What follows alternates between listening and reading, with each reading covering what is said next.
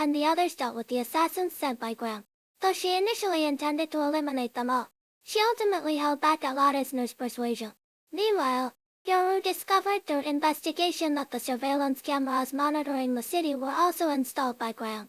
Realizing they could no longer remain passive, Aki discussed with Gil and the others, deciding that he would handle Graham personally while Gil would lead the rest of their classmates ahead to the Demon Continent. The group selected a rendezvous point on the map, but Koro insisted on choosing a different location. Gil secretly informed Aki that Koro's mother lived near the originally chosen spot, and given the complicated circumstances between them, the explanation would have to wait for another time. After the meeting, Amelia once again approached Koro, asking him to take her as his disciple. She believed that if she became strong enough, she could prevent Aki from acting against his will to protect her. This time, Koro did not refuse Amelia but reminded her that becoming his disciple meant preparing to be pushed to her breaking point at any moment. Before parting, Gil handed Aki a package, explaining that it was something Miss Ray had prepared for him, but that he had forgotten to take. Even Gil was unsure of its contents. After bidding farewell to Gil and their classmates, Aki and the others boarded a carriage to York City. As Koro had warned, his training was devilishly intense, and even Amelia struggled to keep up. Koro explained to Aki that what he was teaching Amelia was the reversal magic used by the first hero spell that, once mastered, could instantly neutralize an opponent's magic with just a glance. This magic was incredibly profound, and reaching Amelia's current level was already a remarkable achievement. By the time Amelia awoke, they had already arrived in York City.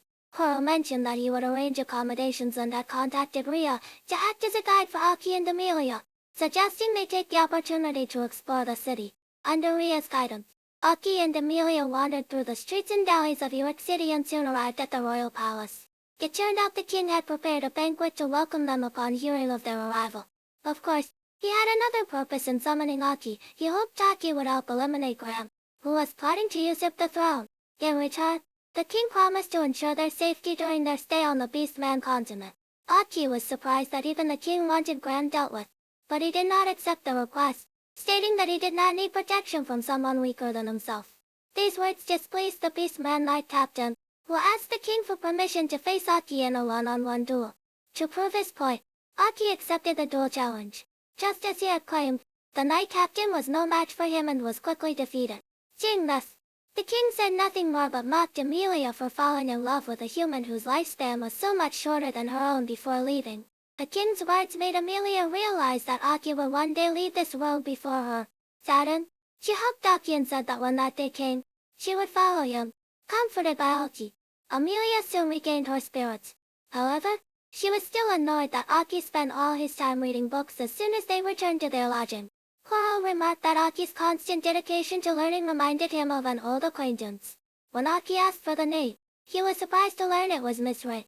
Even more shocking was Koro's revelation that the assassination squad nightcrawler, responsible for Miss Ray's death, had been provided by Graham. While Aki, who was determined to avenge Miss Ray, chose to kill Graham upon learning this information. Follow my channel to stay updated on the latest developments in the new series.